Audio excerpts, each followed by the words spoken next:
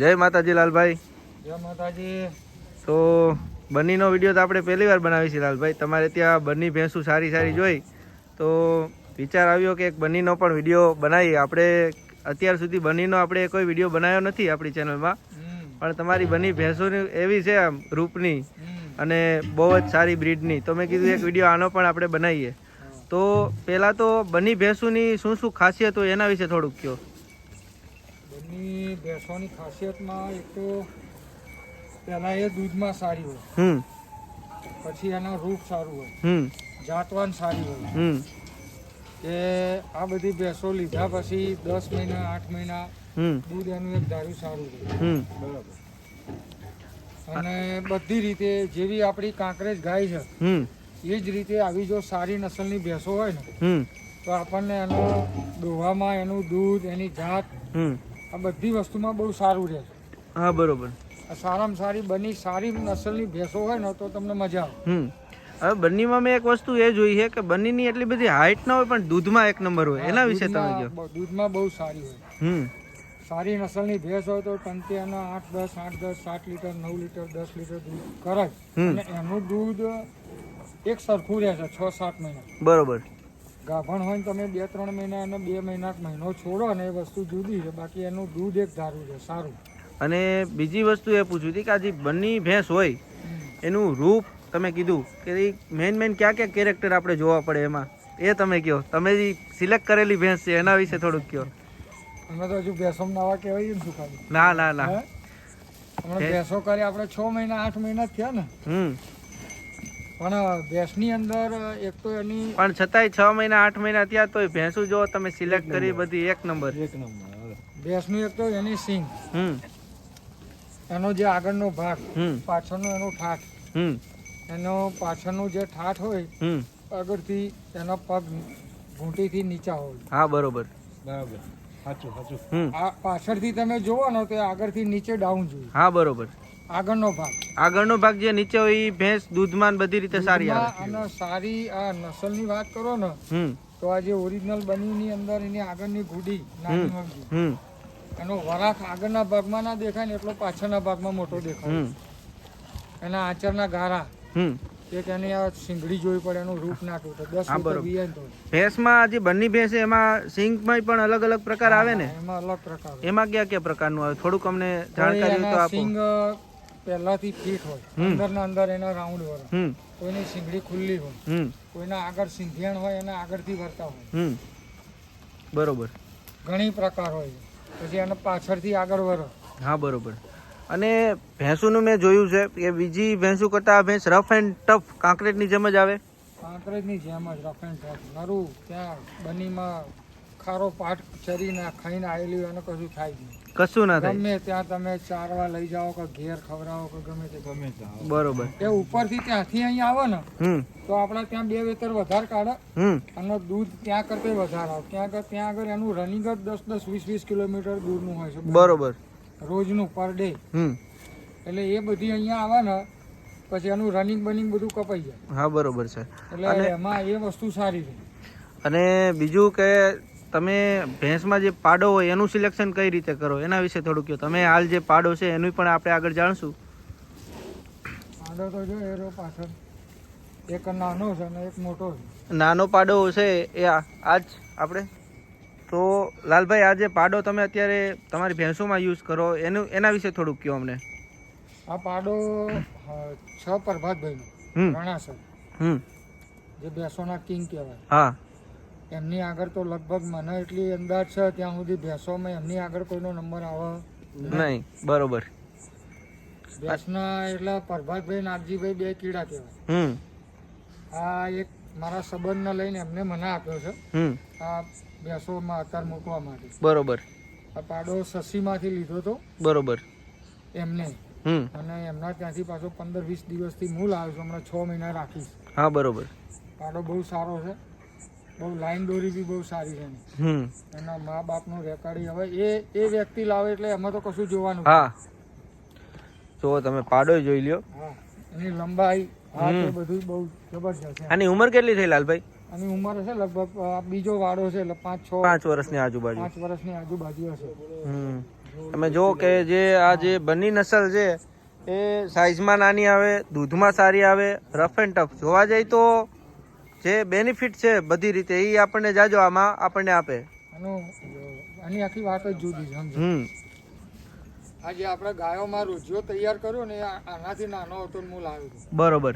એ રીતે આને તૈયાર કરવાનો છે આપણે જે કાંકરેજમાં રોજિયો છે એ રીતે. હા, અને મા બાપનો રેકોર્ડ બહુ જોરદાર છે. બરોબર. આમ જો બાપ સરહદ ડેરીમાં છે. ત્યાંથી આ બીજદાનમાં એની માને બીજદાન કર્યા પછી આનો જન્મ થયો. બરોબર. એટલે આનો રેકોર્ડ મા બાપનો બંનેનો બહુ જોરદાર. આની માનું કેટલું દૂધ લાલભાઈ? આની માનું સમજો કે અત્યારે હાલ તો લગભગ ટંકિયાનું 9-10 લીટર દૂધ હશે. ટંકે 9-10 લીટર. અત્યારે હાલ એની માનો 2 આંચર થઈ ગયા. તો આને જ પાયો છે. બરોબર. ધરાઈને દૂધ. અને આની ઉંમર કેટલી થઈ લાલભાઈ આપણે? આ 1 વર્ષનો થયો. 1 વર્ષનો. જોવો તમે એના સિંગ ને મોઢું ને બધું જોવો તમે. આ તો મોરનું બચ્યું છે. હા હા. અને લાલભાઈ આપણે આ ભેંસોમાં જે ફેટ છે એ કેટલા આવે આ બંને ભેંસોમાં? 6 ફેટ થી ચાલુ છે. 6 થી. પછી જેમ બાખડ છે ને ભેંસો જૂની વિયાણમાં લાંબુ થાય ને એમ એના 6, 7, 8, 9. હા બરોબર છે. કોઈ ભેંસ એવી હોય તો એનો વધારે આવે એમ. બાકી જનરલ 6-7 ફેટ આવે. એનાથી ઉપર વધારે ના આવે. આને જે સિંગ છે એને ક્યાં સિંગ કહેવાય? આને જે સિંગ છે પાડીને એના આટા સિંગના એવો થશે ને કે જો. હા બરોબર. આંગળી ટૂંકમાં જવાની જગ્યા ના રહી. ના રે ના રે ના. આ તો બહુ જોરદાર છે. બે વેતર જયારે વીએ છે ને આ પહેલા વેતરમાં ગાભણ છે 6 મહિનાની. બરોબર. અને જયારે આ થશે ને બીજા 2 વેતરમાં એટલે વાતો એની આખી જુદી હશે. એક આના જોડે આ ભૂરી લીધી. બરોબર. એક આ પાડો ત્યાં લીધો તો આ ભૂરી જોટી બી ત્યાં લીધી. બરોબર. જો આ ભૂરી આવી છે એમ કરીને 3 જોટા અને એક આ પાડો 4 લીધી. બરોબર. મિત્ર છે ગાંજીભાઈ. બરોબર. સાંદ્રો આંગળી નહીં જાતી. આ નહીં એવું છે. આ તો ભેંસમાં આંગળી ના જાય એમ ને ટૂંકમાં. ના જાય. હા ભાઈ વાહ.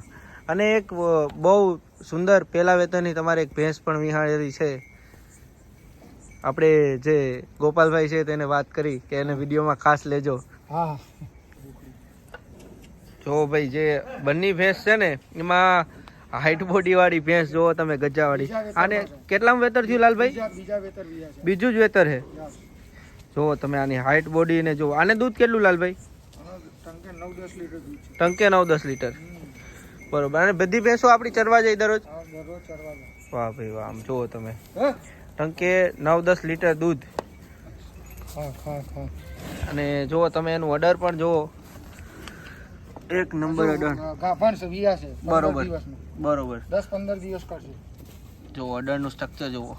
એક મેં લાલભાઈ આ જોયું કે બંને નસલ છે એનું અડર પણ કાંકરેજની જેમ એકદમ ચોટેલું ને સ્ટ્રેટ આવે. અને બીજી આ પાડી.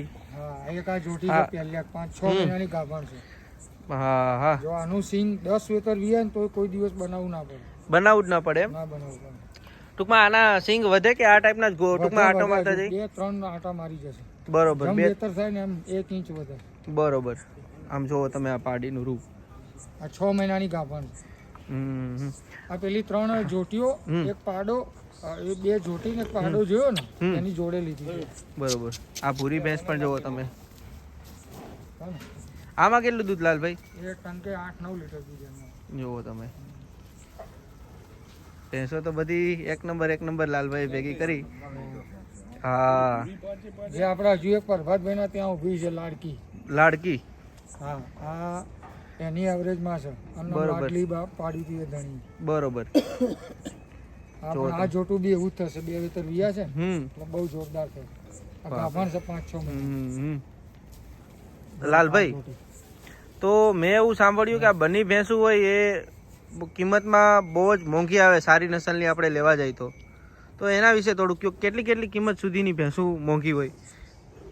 ભાઈ હવે કિંમતમાં તો શું છે કે લાખમાંય મળે, 2 લાખમાંય મળે, 3 લાખમાંય મળે, 5 લાખમાંય મળે, 10 લાખમાંય મળે. જેવી ભેંસ ને જેવો હાલવા વાળો જેવો લેવા વાળો. હા બરોબર. એનું કોઈ નક્કી હોય નહીં. આ ખરીદી ઉપર જાય, વસ્તુ ઉપર જાય, એના નંગ ઉપર જાય એવું થાય. 5-10 લાખ સુધીની ભેંસો વેચાય? હા આરામથી. વાહ ભાઈ વાહ. આમ જુઓ તમે બની ભેંસું. અને બીજું કે આમાં તમે કીધું એમ કે બની ભેંસું સાઈઝમાં નાની આવે, દૂધમાં સારી આવે, ચાલવામાં સારી, માંદી ઓછી પડે, રફ એન્ડ ટફ જેવું તમે કીધું કાંકરેજ ગાય છે ને એ જ સમજી લો તમે, એના જેવું એને કોઈ તકલીફ જ ના થાય, બરોબર, કોઈ બીમારી એ ના આવે. વાહ ભાઈ વાહ. ખાલી એની સિસ્ટમ હોવી જોઈએ, તમને ખવડાવવા પીવડાવવાની, બાંધવા છોડવાની, મેનેજમેન્ટ ઉપર આખું મેનેજમેન્ટ ઉપર જાય. બરોબર. અને આ લાઈનમાં તો અમે ગાયો બેસાનો તો સમજો ને કે અમારી ઘરભૂતરી જ છે. તમારે કેટલા વર્ષ થયા ટૂંકમાં જોવા જઈએ તો આમાં ગાયોમાં? અમારા ગયડા બધા આનું આ કામ કરીને જતા રહ્યા. એવું? વાહ ભાઈ વાહ. અને અત્યારે હાલ માતાજીની દયા છે ભાઈ, કે આ ગાયોની આ માલના દયાથી એનું પૂન હશે કે આપણને બજારમાં બીજા ધંધા વેપારે સારા મળ્યા, એટલે બધી ગાડી ચાલી જાય છે. હા બરોબર. અને આ ગાયો બેસવાનું શોખથી રાખવાનું, શોખથી રાખીએ, એનું ભરણ પોષણ થાય, એનો બિચારી એનું બધું કાઢે છે. હા બરોબર છે. અને આપણે એક સારો અલોય રહે, મજા આવે. હા હા સમજ્યા? જો એટલે સારું છે. અને અત્યાર સુધી છે ને, આ તો અત્યારે બધા લોકો વાતો કરે છે કે ભાઈ આ ગાયોને ભેંસમ કશું રહ્યું નહીં, પણ ગયડા 5 છોકરા ને 7 છોકરા ને 10 છોડીઓ હોય ને, 10 છોકરો હોય ને બધો, તો એ અવસરા માલ ઉપર જ નીકળતા બધા. હા બરોબર. પહેણાવા ને બીજા કાળે બુનો મોમેરો ભરે, નાય ભરે, બધું થાય, પણ એ આ ગાયો ભેંસો પૂરું કરતું. સાચું તો એને કરવા ઉપર કઈ રીતે તમે એના ઉપર કામ કરો એના ઉપર આધાર રાખે, એના ઉપર નિર્ભર રહો. પછી ગધા મજૂરી કરો ને કોઈ બી કામમાં, તો એ તમે ગધા મજૂરી જ કરો આખી જિંદગી. કોઈ બી કામ હોય, તમારો ધંધો હોય, ગાય હોય, ભેંસ હોય, ચાહે તમે કોઈ નોકરી કરતા હોય, પણ જો તો ગધા મજૂરી કરો ને પછી ક્રિએશન થાય છે ને, એ બધું થાય જ ભાઈ આખી જિંદગી. હા બરોબર છે, હેડ જ જાય. હા બરોબર છે. કોઈ બી કામ કરો તો મન લગાવીને કરવું પડે. આમ જોવો ભાઈ, લાલભાઈએ જે ભેંસોનું સિલેક્શન કર્યું છે ધીરે ધીરે કરી, આપણે આયા ત્યારે 5-6 ભેંસો હતી, એમાંથી એને 20 જેવી ભેંસો કરી છે. અને દૂધમાં અને બધી રીતે 1 નંબર ભેંસો બધી. આપણી ગાયો એવી છે, જોઈ લો તો તમે જોયેલી હશે. હા, ગાયોનો તો આપણે વિડીયો બનાવ્યો જ છે, પાછળ જુઓ તમે, બધી ગાયો પણ છે. ગાયો અને ભેંસો બંનેનો શોખ લાલભાઈએ રાખ્યો છે. વાહ ભાઈ વાહ. તો વિડીયો આપણે રાખી અહીંયા સુધી, મળીએ આપણે નવા વિડીયોમાં. જય માતાજી, જય વિહતમાં.